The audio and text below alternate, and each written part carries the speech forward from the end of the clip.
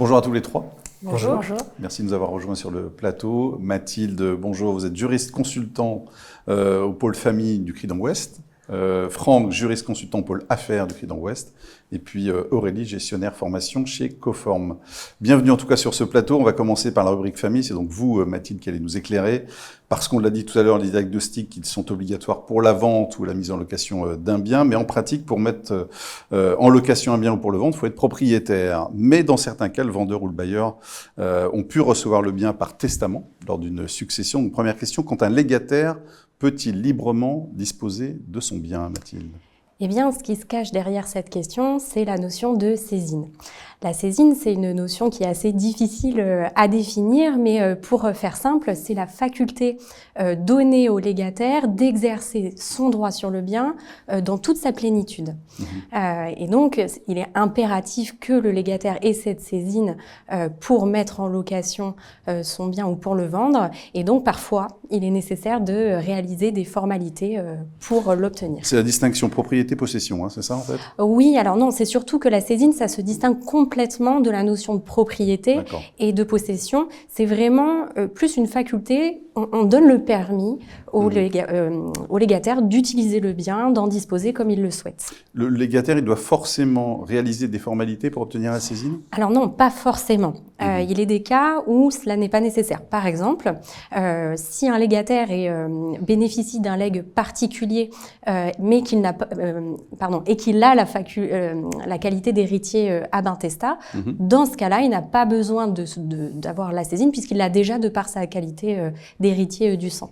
C'est quoi les formalités pour obtenir la saisine alors ? Alors, il y en a différentes et ça va dépendre de la forme du legs, de la qualification du legs, de la qualité du légataire. Donc, il y a plein de critères qui rentrent en compte.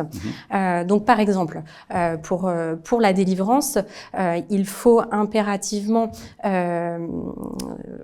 être... Ça, c'est pour un légataire à titre universel. Voilà, c'est ça. Donc, quand on est légataire à titre universel et qu'on n'a pas la qualité d'héritier du sang, il faut demander la délivrance de son legs. Et en présence d'un legs universel ? En présence d'un legs universel, lorsqu'il n'y a pas d'héritier réservataire, lorsque le légataire n'est pas non plus héritier du sang et qu'il a été institué par testament holographe, il faut réaliser les formalités prévues à l'article 1007 du Code civil.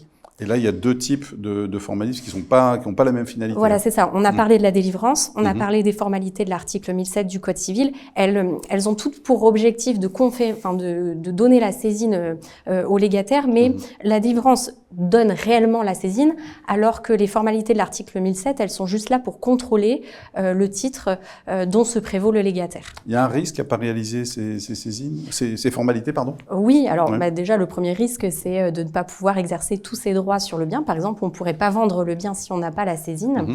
Et puis, il y a une autre question, c'est aussi, si on le fait trop tard, il y a aussi des difficultés. Il y a un délai de prescription. Voilà, il y a un délai de prescription, c'est la Cour de cassation qui est venue nous le dire, il est de 5 ans. Et si le légataire, par exemple, dans le cas de la délivrance, ne demande pas la délivrance de son legs dans ces 5 ans, il est déchu de ses droits. Concrètement, il ne pourra pas bénéficier de son legs. Alors, pour ne pas se tromper dans les différentes formalités, vous avez réalisé une œuvre d'art. C'est ça. C'est ça, un tableau. C'est ça. Un tableau qu'on va découvrir maintenant. On a réalisé, on a pensé un tableau utile, pratique pour les notaires ou même pour tous ceux qui ont cette question à se poser. Il sera sur votre site. Voilà, donc dans pas très longtemps. C'est là, mais il sera sur le site. Voilà, tout à fait. Le temps de le lire, c'est un peu plus complexe. Voilà, tout à fait. Merci beaucoup, Mathilde. C'est la rubrique Affaires maintenant.